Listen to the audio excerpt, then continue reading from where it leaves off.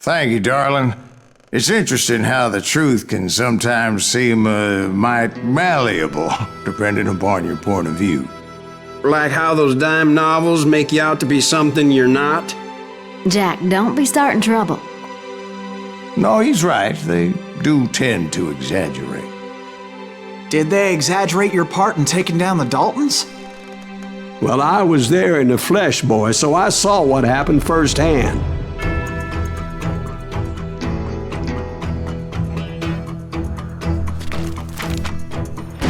Those Daltons were lawmen once, before they all went bad, robbing banks and trains clear across the territory. Until Coffeeville, of course. I was one of the citizens who took up arms that day. Fighting on the side of right? I did my best, sir. We all did.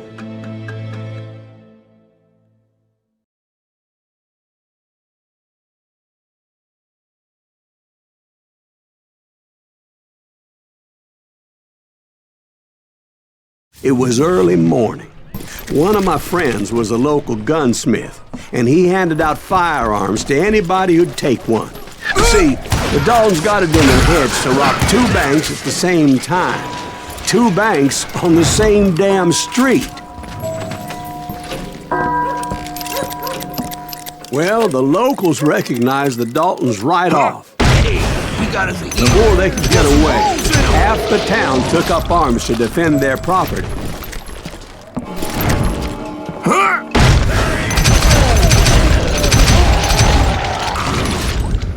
The brothers paid dearly for their stupidity, but everybody knows they had it coming. There's more to it than that. I read all about that day, so I know for a fact that it went down very differently. First of all, it was high noon. A posse of U.S. deputy marshals were on the rooftop across the street. Get ready, boys. They're gonna make a move. The lawmen had been tracking the Daltons for months. Now they finally had them dead to rights. Among them was a bounty hunter feared by many a lawbreaker. The marshals tried to get the Daltons to surrender. They'll give up eventually. We just gotta wait the son of a bitches out. But this bounty hunter knew that the brothers were far too proud to ever lay down their guns. So he went in there alone to confront those criminals. One of the marshals shouted, "Where are you going? Are you crazy?" Hey, where do you think you're going, dumbass? That rifle's mine. He saw a way to get around to the back of the bank.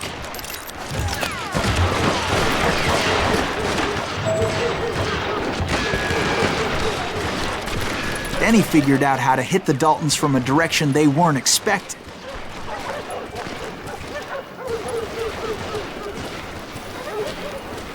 From above. Fortunately, a water tower was right there.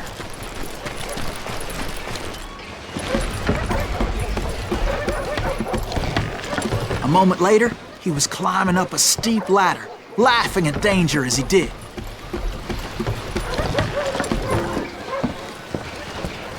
It was brave men like him who risked their lives to tame this wild country.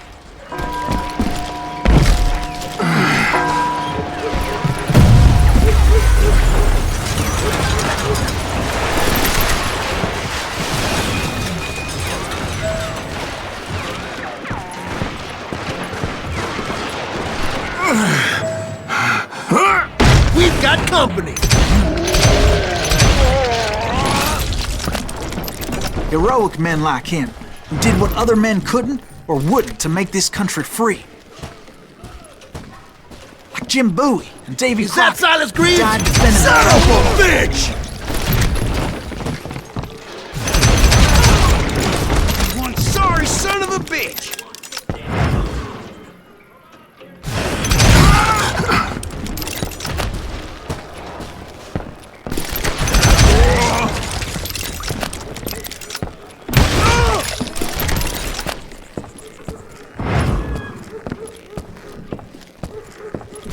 Over there!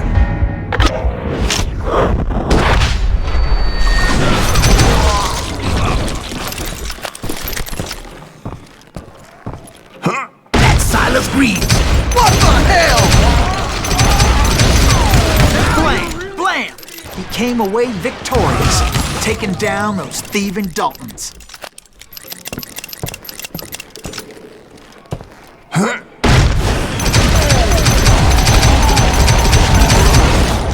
His name was Silas Greaves, and when the dust finally settled, he was the last man standing.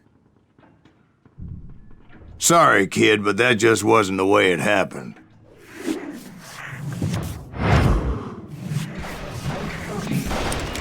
It was early evening, not high noon.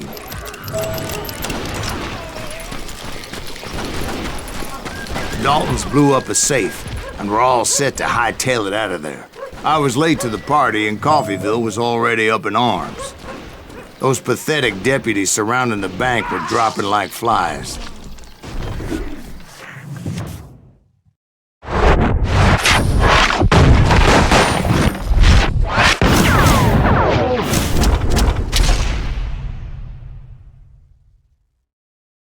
I had been tracking those jokers for months, waiting for them to do something reckless. And finally, they did. Those stupid bastards decided to rob 2 banks at the same time in the same town where everybody knew them. But they still had friends in Coffeyville. Waste your bullets. Go ahead.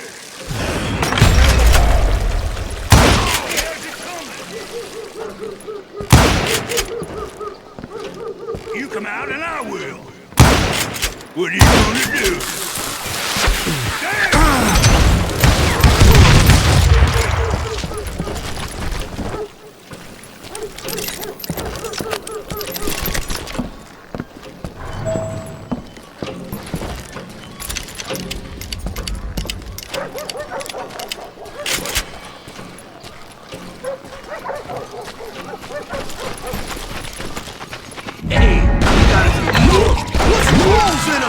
Those friends came after me like a pack of wild dogs, tooth and nail. They were coming at me from all directions.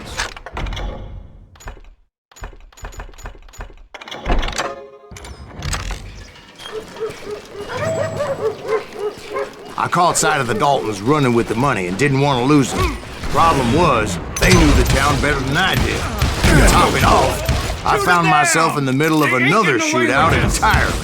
Did the Daltons hole up in somebody's house? No, it was the Smiths, I believe. They were cousins of the Daltons, and they were shooting at the Browns, who were shooting at the Daltons, which wasn't any surprise, because those 2 families have been feuding forever. And since the Joneses are related to the Browns, they shot at the Smiths, pissing off the Heimhoffers, whose daughter recently married a Smith. Well, bullets were flying every which way as all the old feuds in Kansas caught fire all at once. There was a hell of a lot of pissed off people in Coffeyville that day. But that's just the way life is sometimes. Shit happens.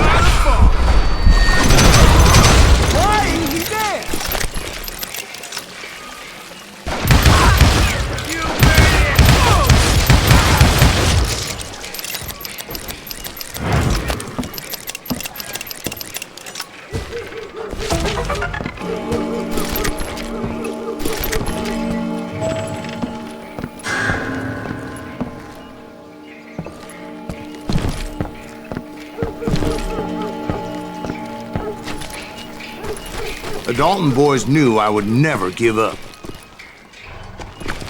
Those Daltons weren't the sharpest knives in the drawer, but they always stood together. They set a trap to slow me down and allow at least 2 of them to escape. The 3rd brother stayed behind to plant me, just in case that trap of theirs didn't work.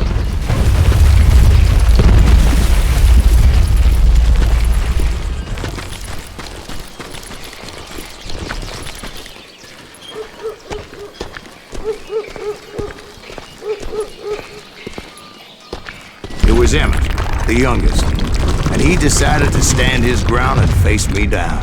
I ain't afraid of you, Silas Greaves. This is where it ends for you.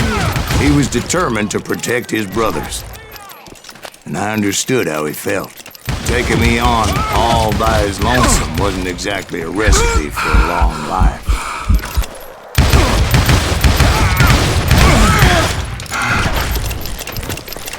Gonna beat you like a red-headed stepchild.